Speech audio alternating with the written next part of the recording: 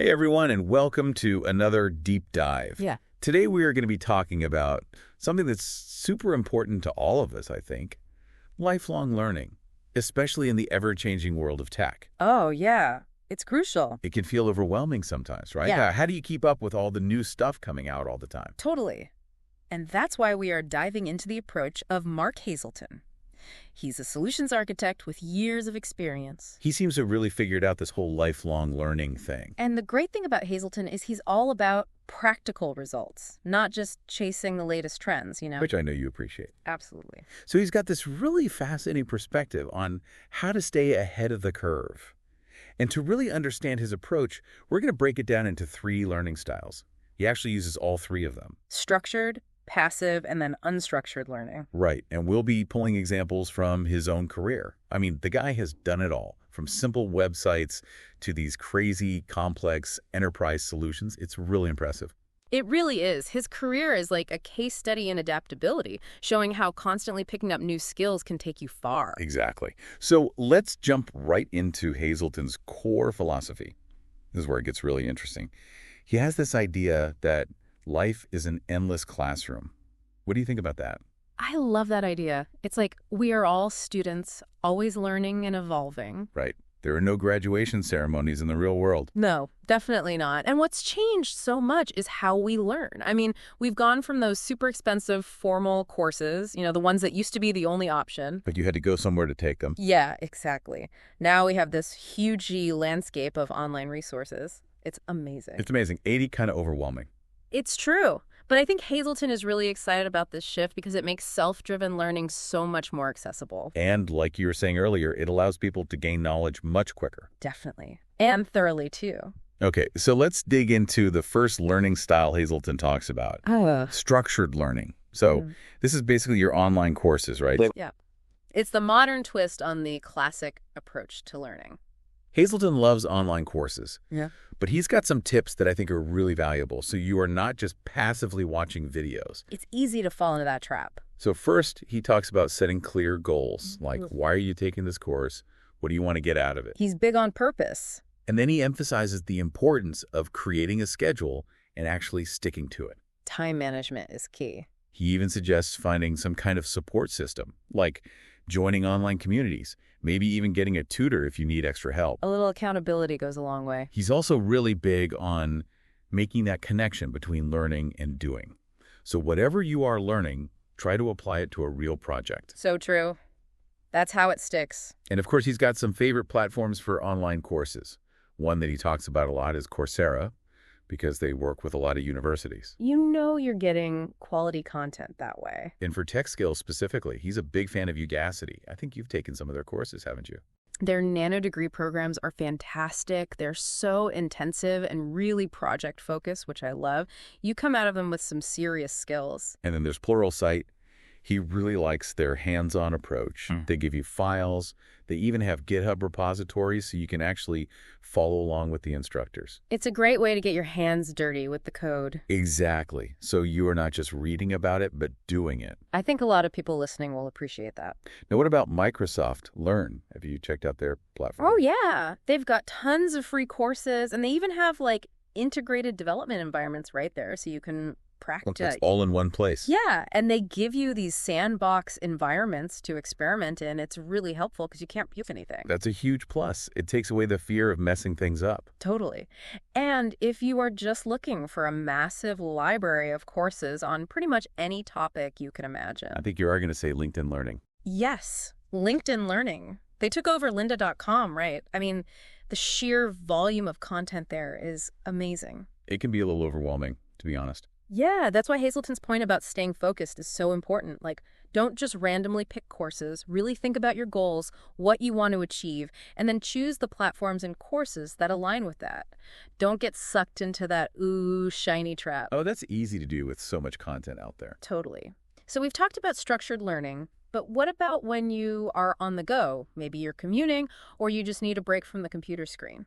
Enter passive learning. That's right. Passive learning is all about absorbing information in a more relaxed way. And it's perfect for staying up to date or exploring new topics without a huge time commitment. So what does that look like? Podcasts? audiobooks. Exactly. And Hazleton specifically recommends podcasts. He's a big fan of .NET Rocks Yeah. for keeping up with the latest .NET trends. Which I know is super relevant to a lot of our listeners. But just like with online courses, it's crucial to pick the right content. Yeah, that's key. Think about your goals, what you want to learn, and then find podcasts that align with that. Don't be afraid to experiment and try out different shows until you find some that you really connect with. Absolutely. Right, so we've covered structured learning and passive learning, but there is one more style that Hazleton is really into: unstructured learning. And this one is a little bit more free-form. It's all about exploration and just diving in and experimenting. Sounds exciting. Right. And for this style of learning, Hazleton's go-to recommendation is exploring GitHub repositories. Now, I know we mentioned GitHub earlier when we were talking about Pluralsight, but I think a little more context would be helpful. Could you explain what GitHub repositories are, especially for listeners who might not be super familiar with them? Sure. So a GitHub repository is basically like a project folder. It contains all the code and files for a specific project. Like if you were building a website. Exactly. And the incredible thing is there are millions of these repositories available publicly on GitHub. Millions. It's like this gigantic library of code where you can find projects on almost anything. So it's like a behind-the-scenes look at how real software is built. That's a great way to put it. And Hazleton recommends finding a project that interests you. Something related to a technology you want to learn, or maybe even a problem you are trying to solve. So find a project that you are curious about. Exactly. And then you can clone the repository to your computer. That means you are downloading a copy of the code. And then from there, you can start exploring, change things, see how they work. It's like a playground where you can experiment without breaking anything. Exactly. It's a low-risk way to try out new things and solidify your understanding. But like anything, there are challenges. Like what? Well, it's easy to get sidetracked without structure. You have to be really disciplined, set your own goals, break down the project into smaller tasks, and hold yourself accountable. So it's not for everyone, but for the right learner, it can be super rewarding.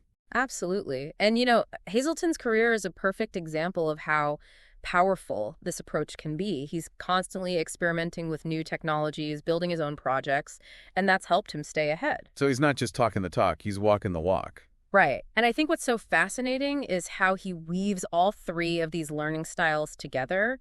He's a real testament to the idea that there's no one-size-fits-all approach to learning. You have to find what works for you. Exactly. So I'm curious, what's resonating with you so far? Which learning style are you leaning towards? It's really cool to see how he doesn't just focus on the technical stuff. Yeah. He also ties it back to the business side of things. Yeah, he's always emphasizing that technology should solve problems, not just be the latest shiny new toy. Exactly. It's got to have a purpose, right? Totally. It's about the why behind the technology, not just the how. I was looking at his .NET 8 sample MVC CRUE project on GitHub. That's a good one. And it's really interesting to see how he started with like basic ASP, and then he just kept evolving the project, adding in all the new ASP.NET features. He didn't just rebuild it every time, he migrated it. Yeah. It's like a history lesson in web development, It's amazing. And it shows that continuous learning is how you stay relevant. For sure. And he doesn't just keep this knowledge to himself. He shares his process, even the challenges he faced in articles like migrating sample CRU'd application from .NET 8 to .NET 9 and troubleshooting and rebuilding my JS dev-env project. Oh, I love that he does that. It's so valuable. It shows that learning isn't always a straight line. No, it's messy. There are bumps along the way. Yeah. You're going to hit roadblocks. And it's important to embrace that. Don't get discouraged. Exactly. And I think that's what makes him so relatable. He's not just this tech guru who's got it all figured out. He's real. He's human. He makes mistakes. Yeah, exactly. And he learns from them. And he's always connecting his personal projects to bigger ideas. Like in that article, Transforming Sample CRU with .NET Aspire, a cloud-native evolution. It's almost like he's showing how all these little individual skills build up to something much bigger. He's really good at connecting the dots. And what's even cooler is he doesn't limit himself to just one area. Like he's written articles about data science and Python and using ChatGPT for C# development. Oh, yeah. And he even built his first React site with Vite. I was checking out that PromptSpark project he did. Where he built that tool. Yeah, the LLM prompt management tool. That's next level stuff. It is. It shows that he's not just following trends. He's out there shaping the future. And through it all, he's giving back to the community, Like all those articles he's written on Azure DevOps and API gateways and I microservices. hear solid principles for C# developers. So many topics. He's clearly passionate about helping other developers grow. It's like he's creating this whole learning ecosystem, right? Through his websites and articles and GitHub projects. And he's inviting everyone to be part of it. It's really inspiring. Yeah. And it comes back to his main message, lifelong learning. It's not just about acquiring knowledge. It's a mindset, a way of life. It's about continuous growth and evolution. It's a journey. Not a destination. Right. So what does this mean for someone like you who's trying to stay ahead in this crazy tech world? Well, it means you've got so many resources. You can use platforms like Pluralsight, Microsoft Learn. You can listen to podcasts like .NET Rocks. And you can dive into GitHub and experiment. Exactly. But most importantly, you have to cultivate that Hazleton mindset. Be curious, be adaptable, and never stop exploring. I love that. He even wrote an article called The Art of Making Yourself Replaceable, a guide to career growth. That sounds counterintuitive. I know, right? But he makes the point that by constantly learning and growing your skills, you become even more valuable. Because you are bringing something new to the table. Exactly. You are always pushing the boundaries, and it's not just technical skills either. He talks about soft skills, too. Yeah, like communication, collaboration, leadership. He actually wrote about that stuff, too. Accountability, authority, the perfect project team mix. He gets it. He does. He understands that technical skills are only one piece of the puzzle. You need to be well-rounded, work well with others. He calls it embracing the continuous evolution phenomenon. Catchy title. I know, right? But it's true. Change is constant in tech, so you have to keep learning and growing and adapting. You have to be a lifelong learner, just like Mark Hazleton. Okay, so that was a lot of info. We covered a lot of ground. So before we move on, just take a moment to think about what we discussed. What are you curious about? What skills or technologies have you been wanting to explore? It's pretty inspiring to see how Hazleton has come so far. I mean, he started with basic web development, and now he's this, tech leader. It really shows that continuous learning can open doors and create some incredible opportunities. Yeah, it's not just about getting a promotion or a raise. It's about expanding your horizons, becoming a better version of yourself. And what's so powerful about his story is that it resonates with anyone in tech, you know? No matter where you are in your journey. Exactly. Whether you are just starting out or you've been in the industry for years, Hazleton's approach shows that if you're dedicated and willing to learn, you can achieve amazing things. And he makes it clear that he's not some kind of genius or prodigy. He's just passionate about learning. Yeah. And about sharing that knowledge with others. He's not gatekeeping his success. He's actively encouraging others to follow in his footsteps. By providing all these resources and guidance. It's like he's saying, hey, I figured this out, and I want to help you do the same. And the cool thing about tech is that there's always something new to learn, a new challenge to tackle. It never gets boring. Definitely not. Yeah. It's a field that rewards curiosity, which is exactly what Hazleton embodies. He's shown us that it's not about reaching some final destination. It's about enjoying the journey of continuous learning. Always expanding your horizons, evolving your skill sets. That's how you stay ahead of the curve and make a real impact. So as we wrap up our deep dive into Mark Hazleton's approach to lifelong learning, we want to leave you with one final thought. What's one skill or technology that you've been wanting to learn but just haven't gotten around to yet? What's holding you back? Because honestly, there's no better time than now to start your own learning journey. Embrace the challenge. Find the learning style that works for you. And never stop exploring. Because in the fast-paced world of tech, the only way to thrive is to become a lifelong learner. Just like Mark Hazleton. So go out there, find your passion, and never stop learning.